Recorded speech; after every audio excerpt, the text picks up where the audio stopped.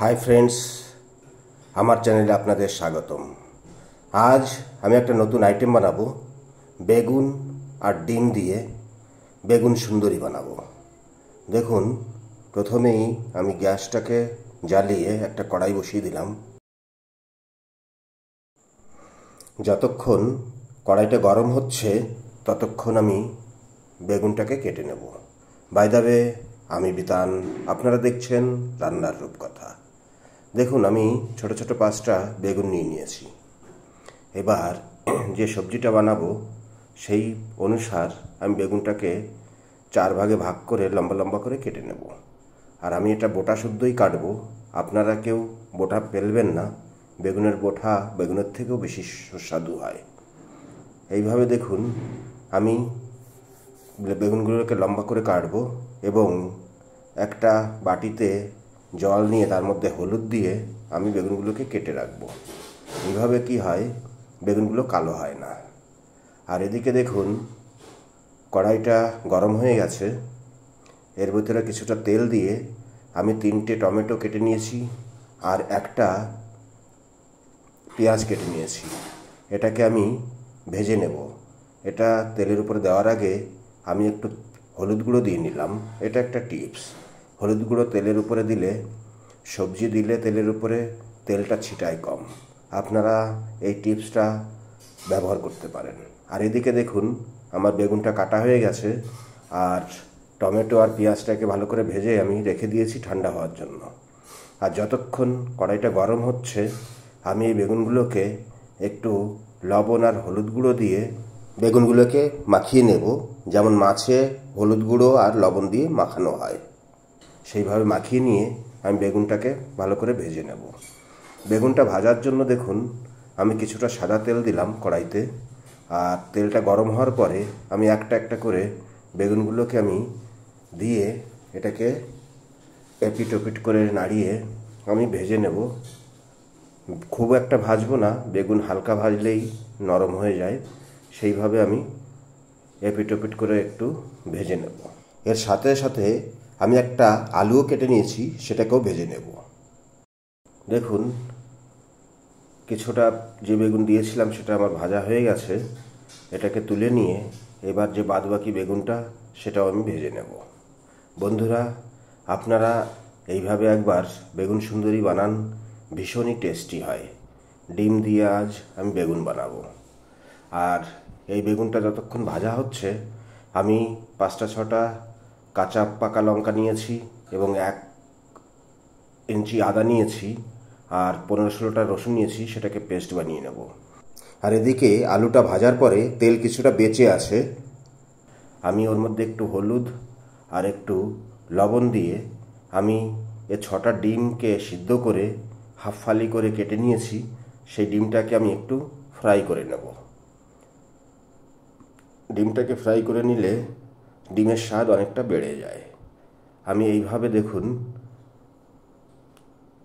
বেশ ব্রাউন করে আমি ডিমগুলোকে ভেজে নেব, একটা একটা করে উল্টো পাল্টা করে।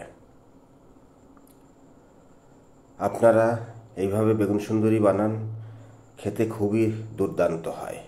দেখুন, ডিমগুলোকে আমি ভেজে নিয়েছি। এবার একটা একটা করে আমি ডিমগুলো বেশ সাবধানের সাথে তুলে নেব। দেখুন, একটাও কুসুম আমার এদিকে ওদিকে যায়নি, প্রত্যেকটা ডিম একদম সুন্দর রয়েছে।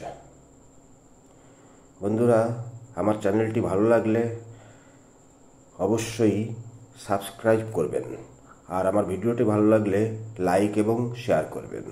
এদিকে দেখুন, আমি কিছুটা গরম মশলা নিয়ে নিয়েছি গোটা। তার মধ্যে রয়েছে 4-5টা গোলমরিচ, 2টো তেজপাতা, 4টে এলাইচি, 2টো দারচিনি আর 3টে-4টে শুকনো লঙ্কা। তেলটা গরম থাকায় আমি ওইটার মধ্যে গরম মশলাগুলো সম্বরা দিয়ে দিলাম। আর এর উপরে হাফ চামচ মতো আমি সাদা জিরে দেব।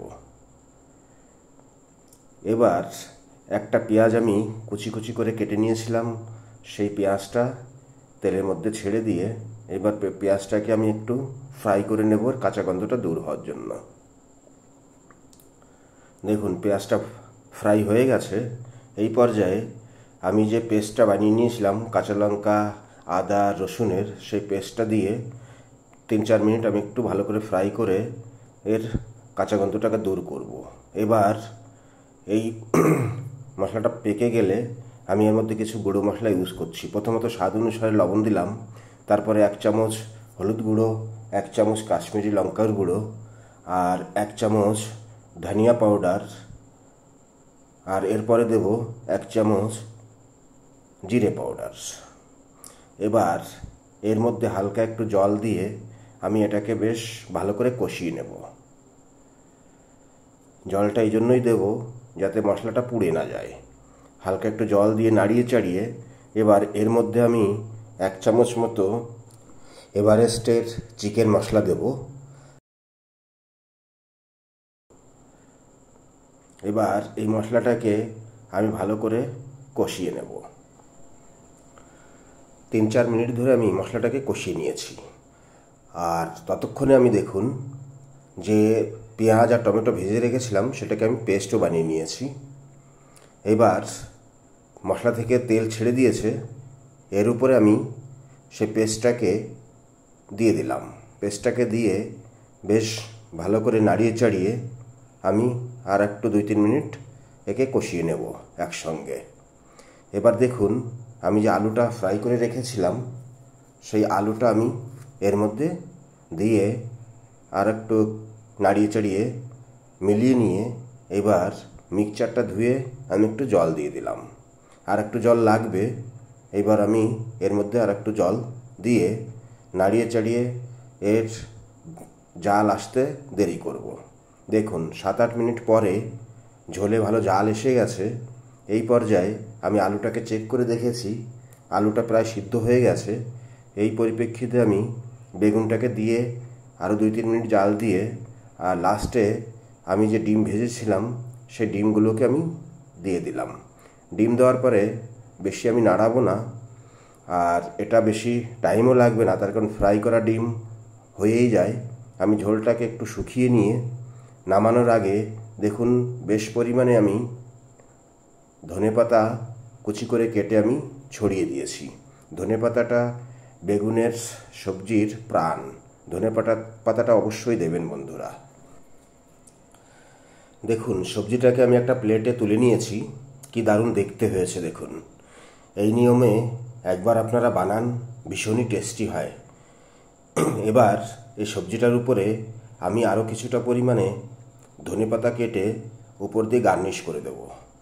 এইভাবে এই পদ্ধতিতে বানিয়ে আপনারা গরম ভাতে, রুটিতে এবং পরোটায় যেভাবেই খাবেন না কেন খুব সুস্বাদু হয়। আপনারা আমার সঙ্গে এতক্ষণ থাকার জন্য আপনাদের অসংখ্য ধন্যবাদ বন্ধুরা। আপনারা এইভাবে একবার বানান, অবশ্যই ভালো লাগবে। ভালো থাকুন, সুস্থ থাকুন এবং নতুন নতুন ডিশ বানান। ধন্যবাদ।